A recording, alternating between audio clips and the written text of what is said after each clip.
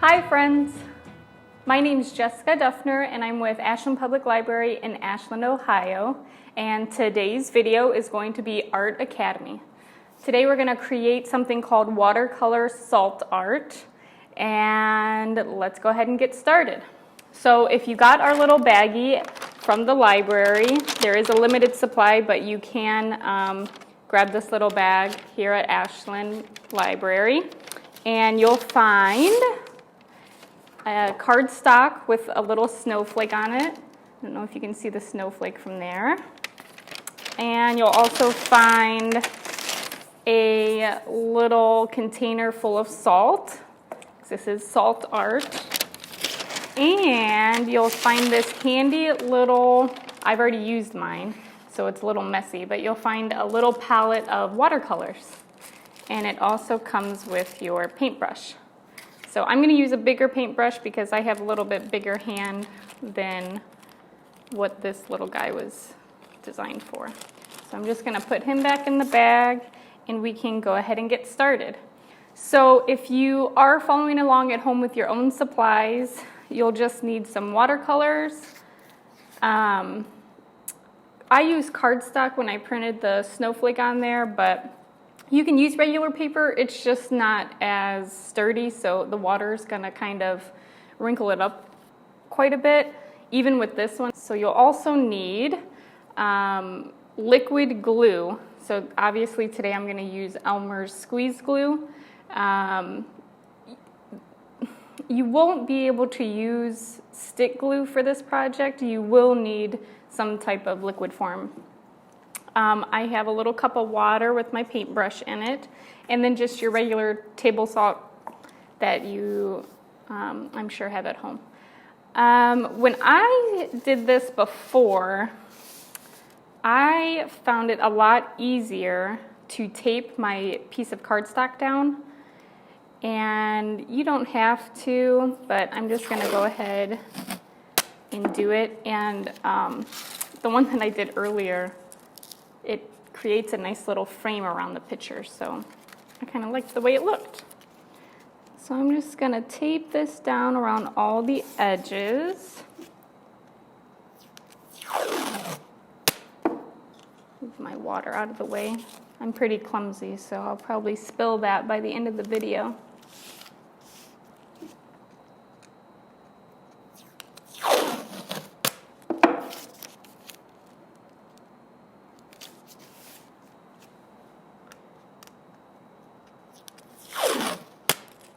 Alright, so I have all 4 sides taped down, and then we'll go ahead and get started painting.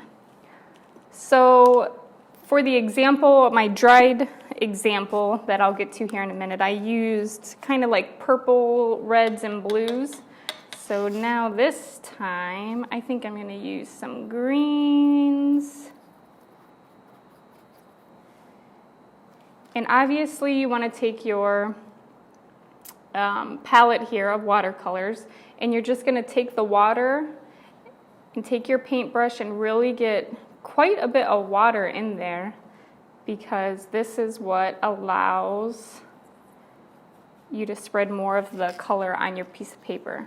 So I'm just going to go through and I'm going to kind of like make streaks of the color. It's a really pretty green. And I think I want to mix it with some blue.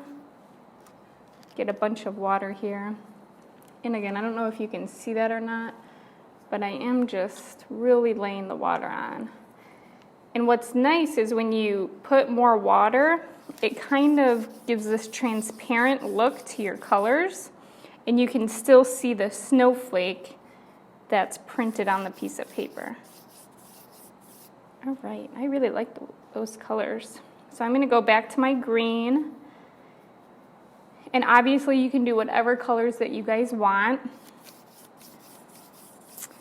I tend to be a cool color person. Do you guys know what cool colors are?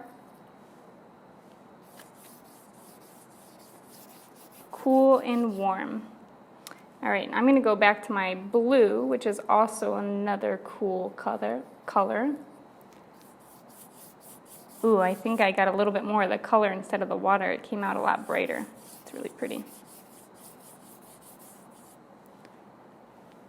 And back to the green one last time.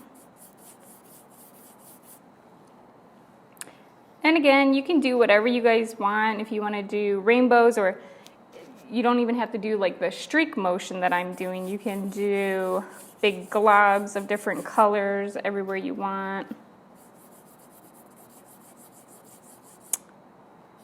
That's the best part about art, is you can do whatever you would like.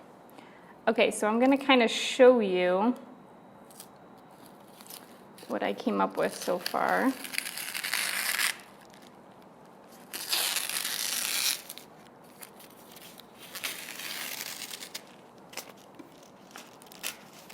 And these watercolors, I mean, depending on how much water you do use, it dries pretty fast on the paper.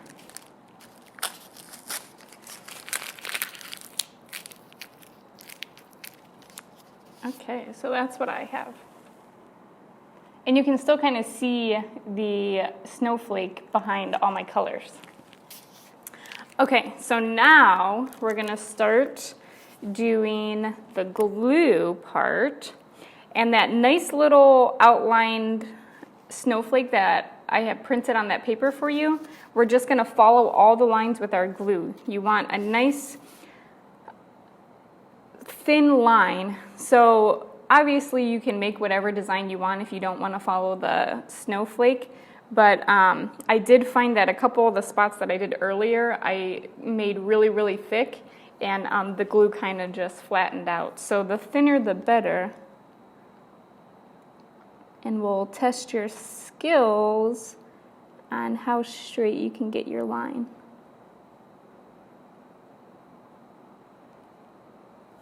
I'm just going to go through and do all those really big lines first.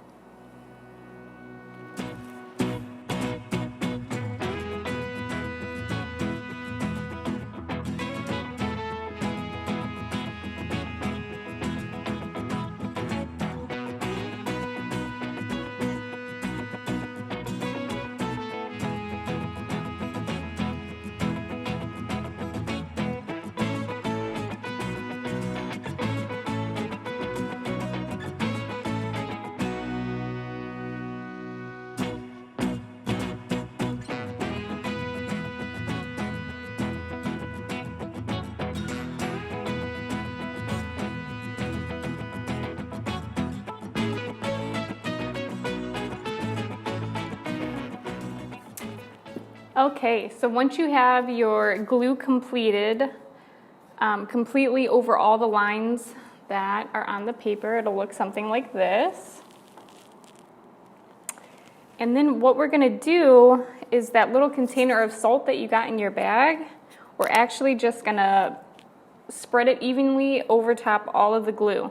And you kind of want a nice consistency over top the glue, so when it dries, you almost have this like crystallization over all your lines.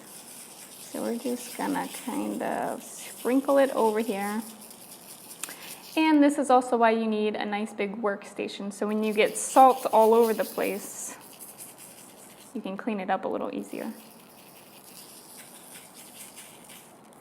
Okay, so that looks good. And I'm just going to take this, a nice little trick, that container, and we're just going to dump it all back in.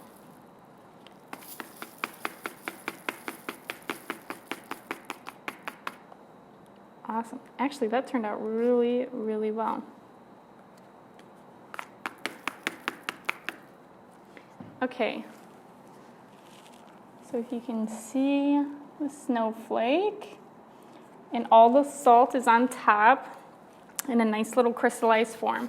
So now I have two. There's the one that I did earlier. It's kind of like the red purpley colors. And then the one that I just did. So now the really cool part is where all of those little crystals are, or the salt. We're going to take our watercolor. You can do either or. I read both. So I brought this one to kind of demonstrate. you can either let it dry completely to where the glue is hardened, or you can do it when it's soft. You just have to be a little more careful when the glue hasn't dried, because otherwise you're going to get the glue everywhere. So I did both, and then we'll see which one kind of comes out better. So for my blue and my green watercolor, I think I'm going to do a bright blue snowflake. So I'm going to use a little less water just so I get more color. Okay, let's see here. Oh, that is so fun. That is so cool. So you're just going to take your paintbrush, and all you have to do is just like dab the top of where the glue is. Oh, that is so cool. Okay, I'm going to try to do this and show you guys what I'm talking about. So let me get a little bit of my paint here. And then, see how cool? It just follows the salt that we put down. And you can use all different kinds of colors. I think I'm gonna do like blue on all the ends, and maybe I'll do green in the middle. Let's see how it comes out. I seriously love this. Okay, so I finished my blue, and that's how it came out. Now I'm gonna go through it and do green. Maybe I'll do like a yellow in the middle. We'll see how that turns out. Whoops. So now I'm gonna start on my green, and I did notice that it actually doesn't matter. The color takes really well to the salt, so it doesn't matter how much or how little water you use. It's almost better if you use more water, because it seems to like spread out more. Okay, there's my green. And now I'm just going to do a little bit of yellow in the middle. And I did the little dots that I had printed on the paper in just a big glob of glue. So I think I'm going to do those in yellow also.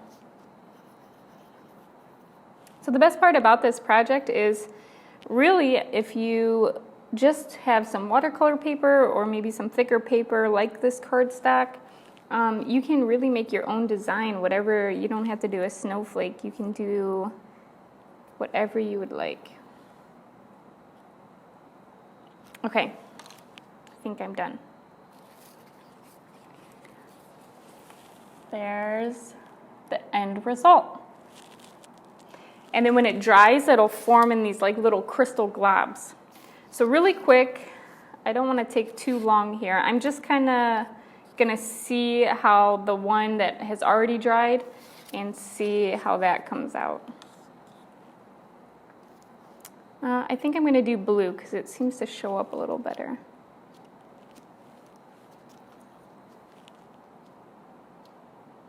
Oh, cool. Yeah, it actually seems to be doing exactly how the other one did. I will say, I did this one earlier, and I would say the only downfall to letting it dry is I lost a lot of the salt, so it might not come out as crystallized. So that is what it comes out looking like for the dried version. And that's it.